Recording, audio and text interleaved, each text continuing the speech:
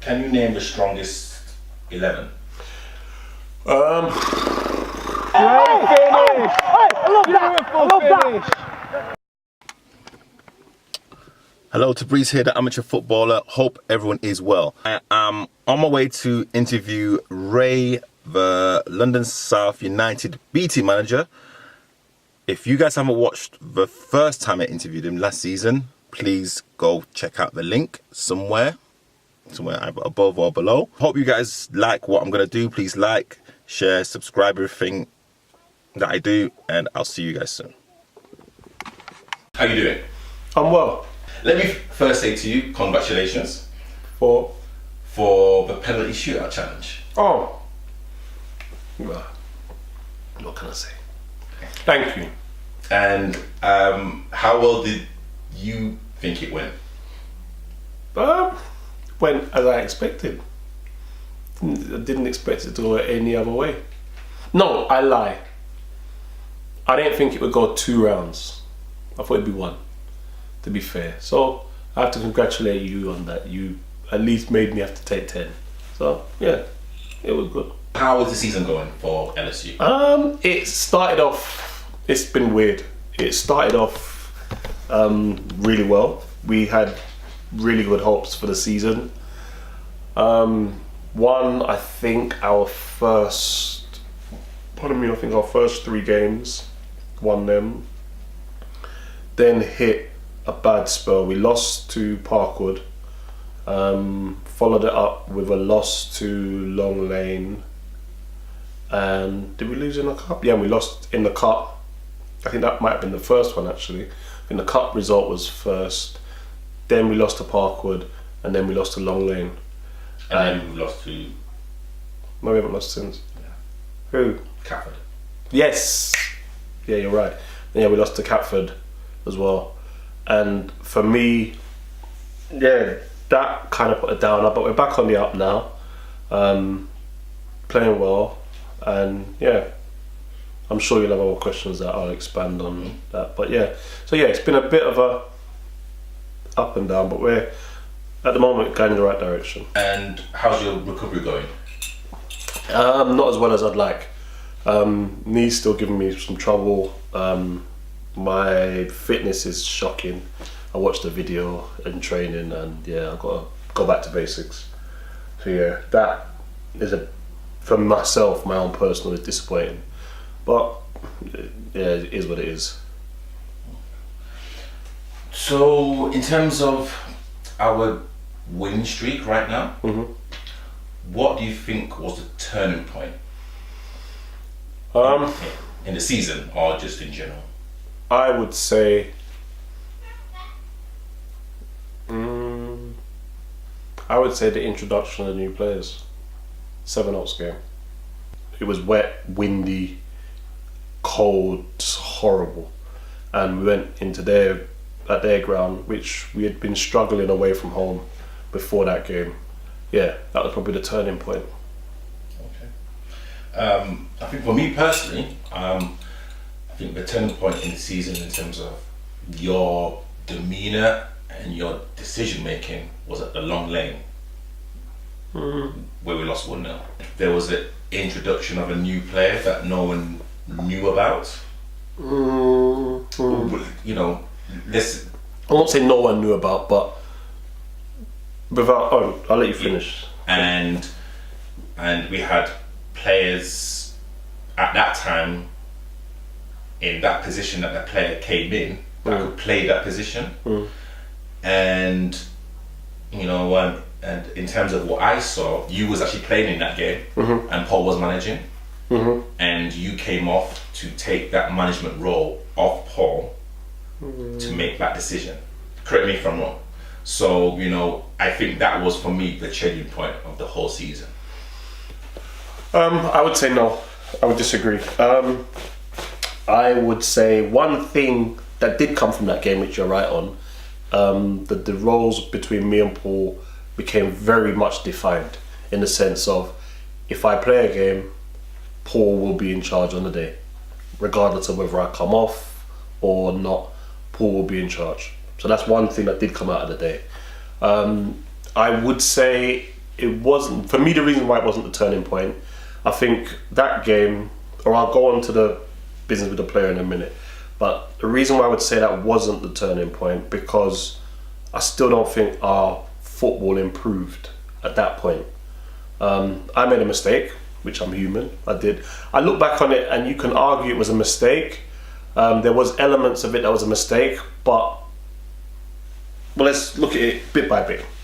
In the first instance, what happened on the day was we signed a player who I believe is a very good player and would be, he's registered now, but he would be an asset to the team. I think he's a very good forward. I've seen him, I know he scores goals, but he's unfit at the moment. He had been supposed to come down for a few weeks. Some of the players know him, some don't.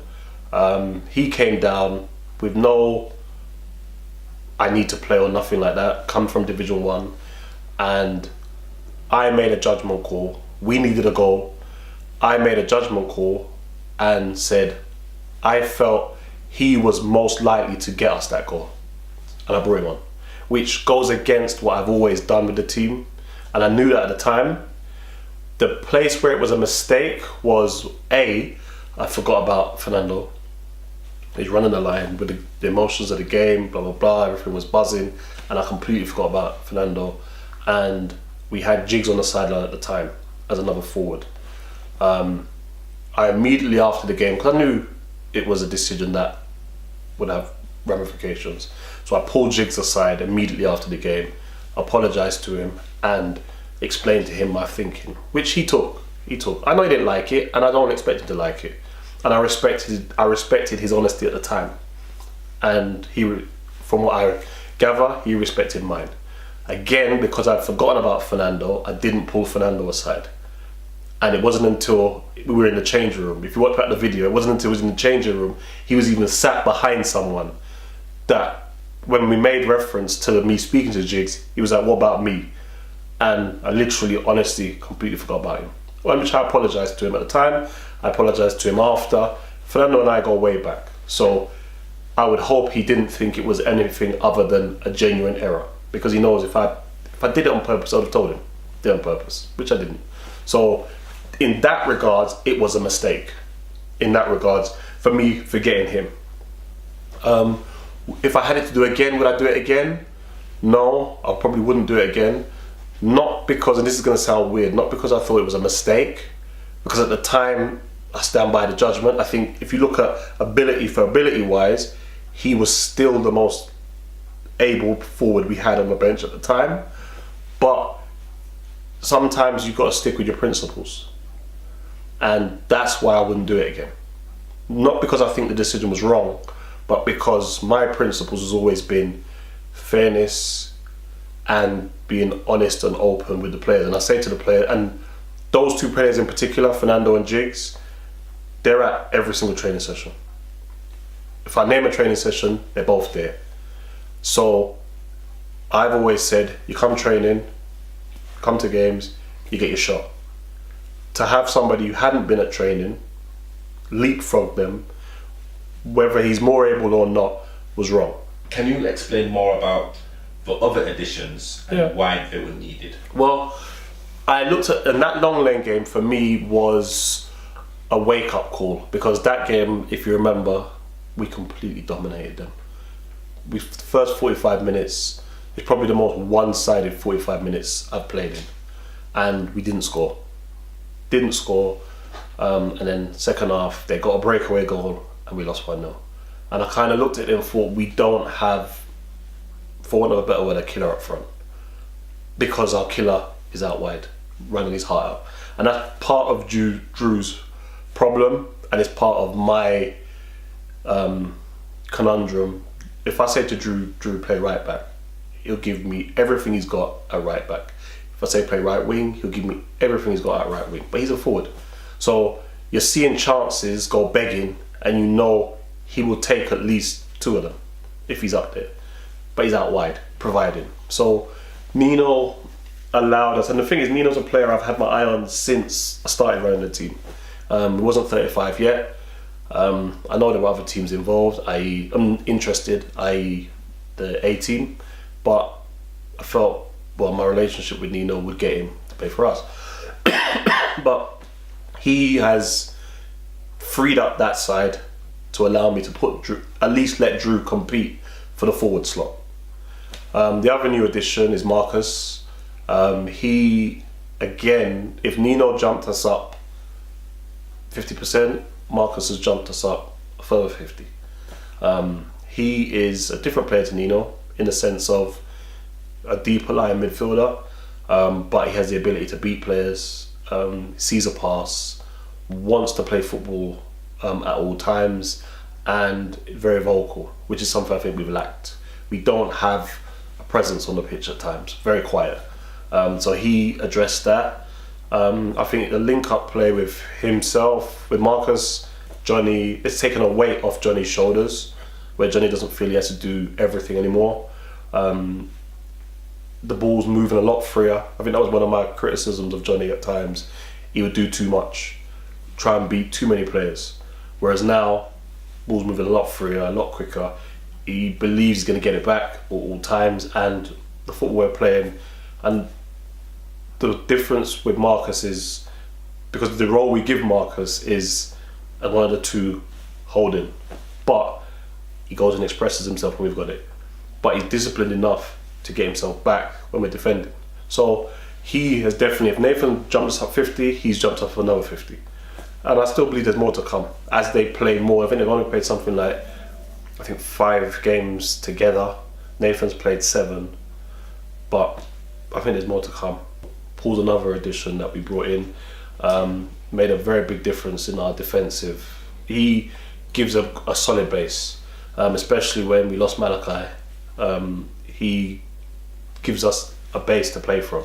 Calm, composed, goes about his job with no fusses, and as I did then, you forget he's there because he's just quiet, calm, doing what he's got to do, breaking up attacks and starting us playing again. So yeah, I think the 3 players that we signed, very good additions, happy to have them, and I think they've given the squad a wake-up call as this is the level now, this is where we're going. We're trying to get up and up and up and up. And we haven't mentioned Mel. Mel's from the beginning of the season, I suppose, yeah, because we're talking mid-season. Yeah, okay. Yeah, so beginning of the season, Mel joined us, and excellent keeper. Sometimes got a bit too much to say for himself, but at the back he takes control. So I suppose you just take the rough with the smooth. Very good keeper, commands his area well, demands high standards from himself. Ain't afraid to put his hand up and say it's my fault, I mucked up. And I reckon he's probably gained us at least 7 points already in the time he's been with us.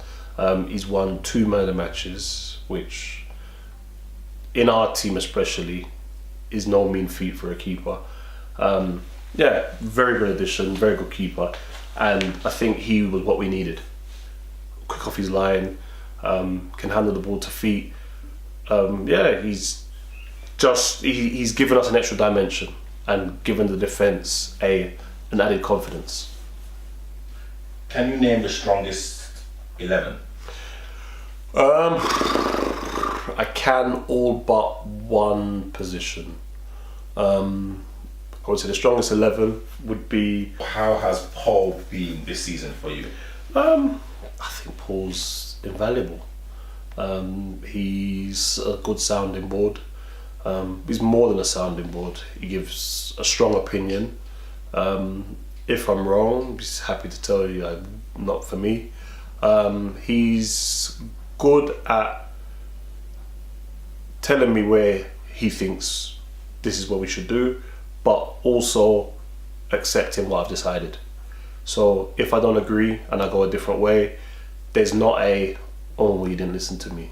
He gets on with it and just says, okay, this is what we're going to do. We make the best of it.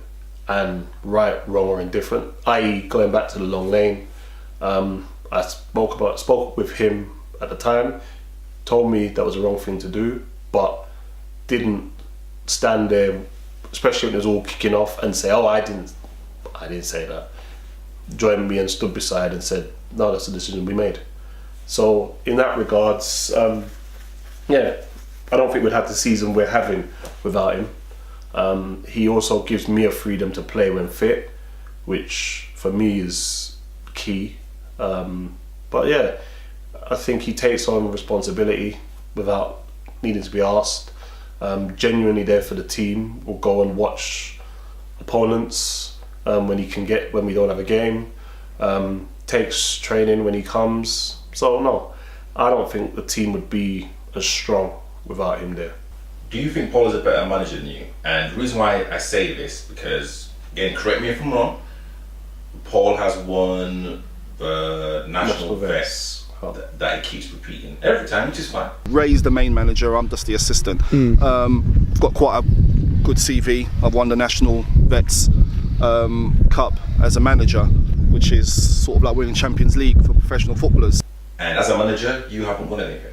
No. So let's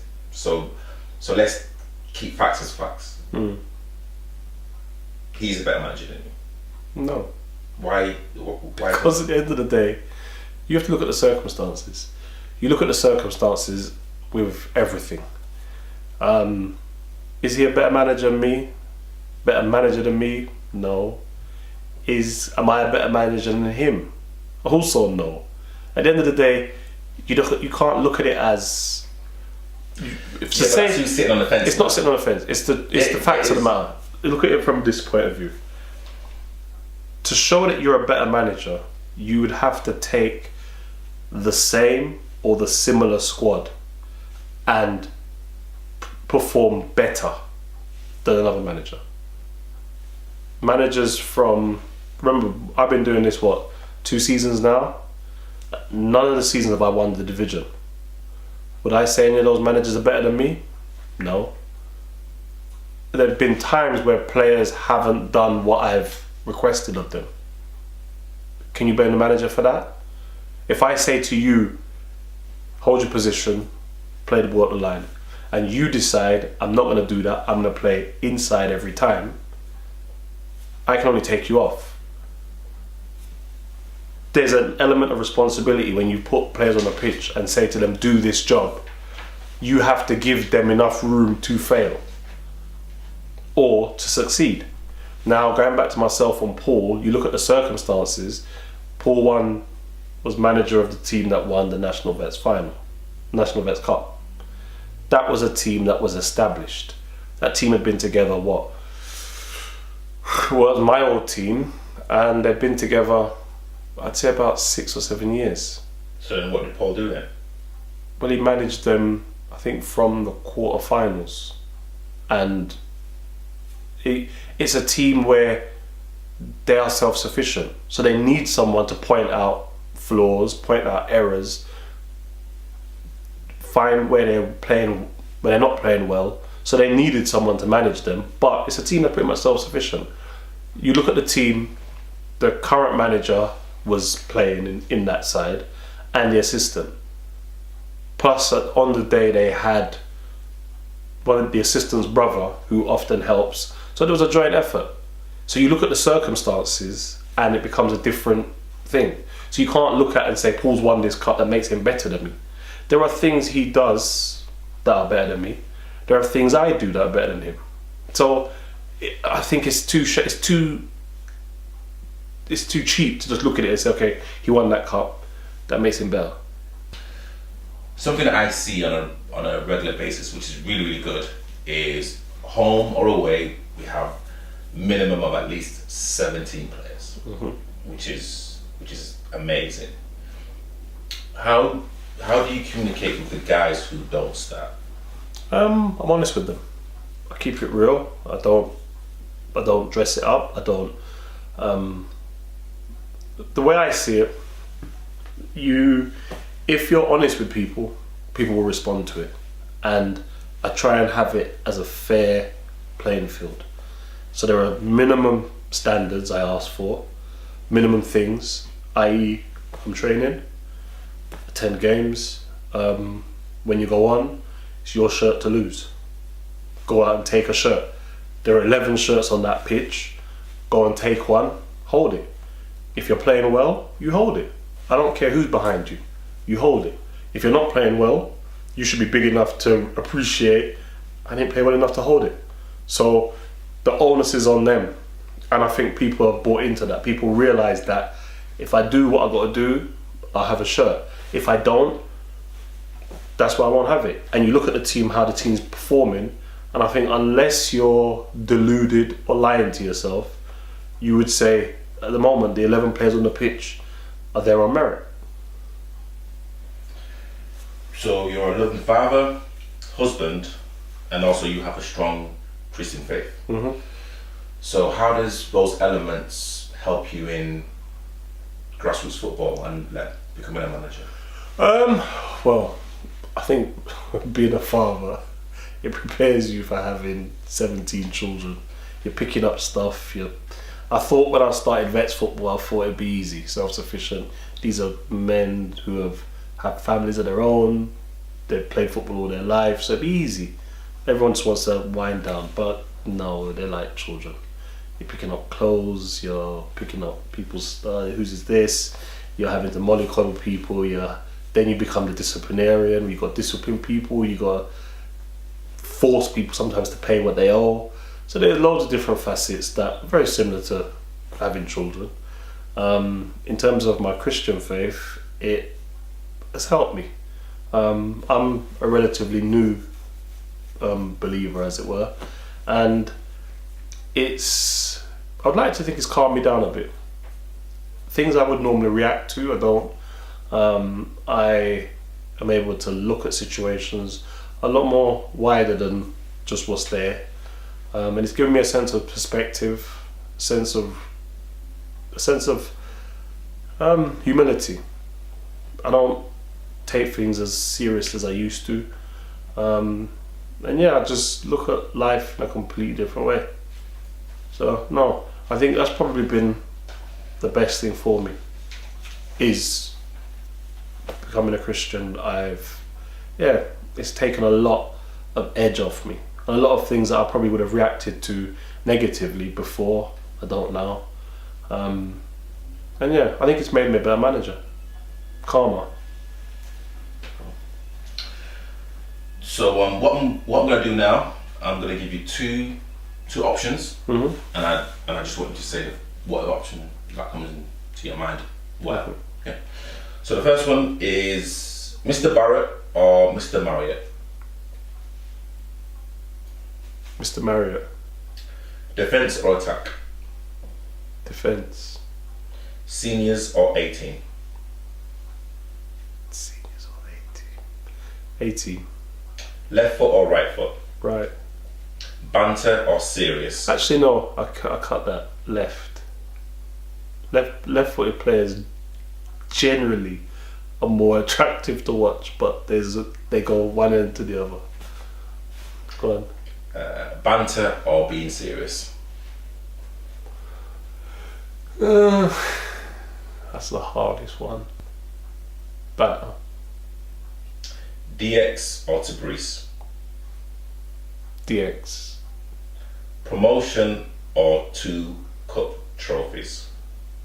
Promotion. No, because promotion doesn't mean you win. 2 cup trophies. When you finally decide to call it a day, how would you want to be remembered? Just me. I would like to think, at the end of the day, I would like to think that in the team I've made friends. I don't see them as just players, I see them as friends. Saturdays I go and see friends. So I'd like to think that regardless of what happens, once we eventually stop playing, that we are friends. So yeah, just as that, a friend. Ray, I wanted to thank you for spending your time answering my questions.